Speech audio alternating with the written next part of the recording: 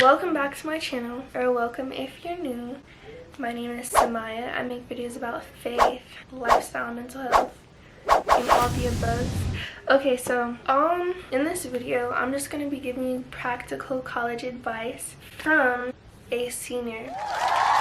But that's besides the point. I have not been to college all 4 years, but I feel like these 2 years that I have been in college, I kind of got like the whole 4-year experience just on steroids. Yeah. Okay, so let me say this before.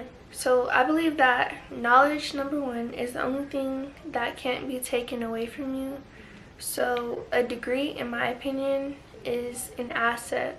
However, most people beg to differ because they usually end up working in a profession that doesn't utilize their degree, which leads me to my first point. Choose your major carefully. The average college student will change their major at least once. I changed mine like once. I was gonna change it like maybe even 4 times. I was gonna add a second major and things of that sort. I want you to keep in mind that by changing your major, it can determine how long you're in college for and whether or not you graduate on time. And I feel like there's really no on time. It's just go at the pace that's best for you. But when I say on time, I mean like within 4 years. Your major can also determine like future career opportunities, things of that sort. And then some people even go as far as to say like how much money you make in the future. Well, obviously, I mean, like I saw this TikTok that was like, don't choose a major that you're passionate about, go for the money, right? And I feel like I completely disagree with that. I feel like you should choose a major that is like purpose driven and yet something that you're passionate about, because the motivation of money can only sustain you for so long. If you're unsure of like what you want to major in, you can talk to your advisors to do some career exploration and then really see how your passions and values can like transfer into your desired profession. Let's say like you still don't know like what career you want to choose. Some universities, or maybe most universities, have the option to declare undecided, which means that you have a little bit more time to like declare your major, and they're just going to start you off with like general education courses. Okay, so the next tip is managing stress / self-care. I would say undergrad was probably one of the most stressful times in my life due to deadlines, trying to manage my social life, school, work, like paying for stuff, financial stress. It was just so stressful. One simple tip that I would recommend, I'm not gonna say like, oh, every Sundays you need to do face masks, this, that, and the third. No, because everyone does not have time for that. What I did was like I incorporated like exercise, like maybe a 30 minutes to an hour exercise, maybe like once a week. And the exercise was running. Like I would go to the gym and run on the treadmill, maybe do some other stuff too, but I just made sure that I ran because I know that running like reduces the stress. The reason why I say that this is so important is because stress gets stored in your body and it needs to be released one way or the other. If it's not released, it can transfer into your sleep, everything, like just jack up your focus, your cognitive performance, things of that sort.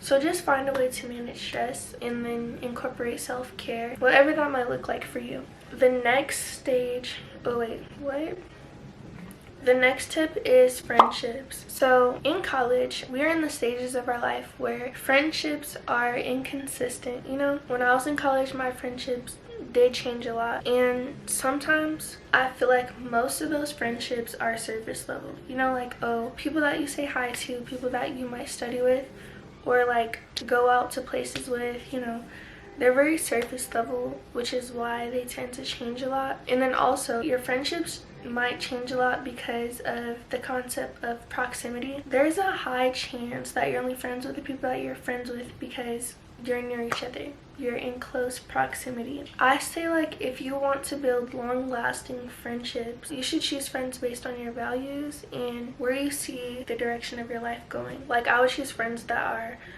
a part of a Christian organization. This next tip is roommates. So in college, I only had one bad roommate experience, and it was due to us having conflict over the temperature. Like she liked it cold and I liked it warm. I'm anemic, like.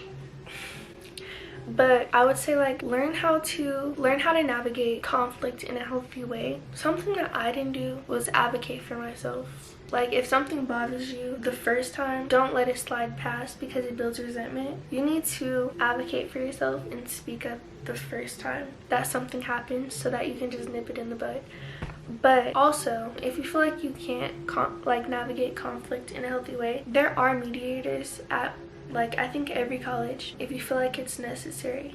My advice would be to create a list of boundaries, things that you like, don't like, things that bother you, etc. And then review it with your roommate and try to come to common ground. At my college, they do this roommate quiz, and you have to it's basically just doing what I just told you. Naming your likes, dislikes, whether you are a morning or night person, and then they pair you two together.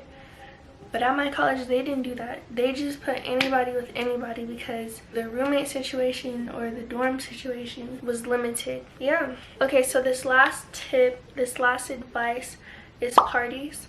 Now I'm not promoting anyone to go to parties. I feel like I made a video about this. Yeah, I'm not gonna promote anyone to go to parties. But if you happen to go, here are some tips, right? If you put your cup down, don't pick it back up when you're walking around the party. I feel like this has never happened to me, but I'm not gonna downplay anyone's experience because this probably happened to a lot of girls. If you happen to be walking around and you have an open cup, place your hand on the cup as you're walking, just so no one will slip anything in your drink. But at my school, they started passing out these cup condoms. Why are they called that? I don't know. But maybe they should just call it I don't know. I don't know. But they have these protective plastic, let's just say that. They have protective plastic that you can put on the cup so that no one can slip anything into your drink. But yeah, make sure you can trust the people that you go with. I feel like you shouldn't just go with anyone, because just make sure you trust the people that you go with. And then also Ubers and Lyfts, I feel like are the best way to go, because people rarely want to be like the DD. But also, let's say hypothetically the person that was supposed to be driving out to the party is sober, oh no, I'm not gonna drink, etc. But when you get to the party, people start offering you shots, stuff like that, and then boom, the DD is drunk.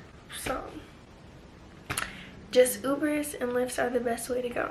But yeah, this is not, I feel like I have another video, right, that talks more on the academic side. This is just other stuff, but I'm gonna make some more videos because I have videos typed up about grades, how to navigate the academic side. If you like this video, please like, comment, and subscribe.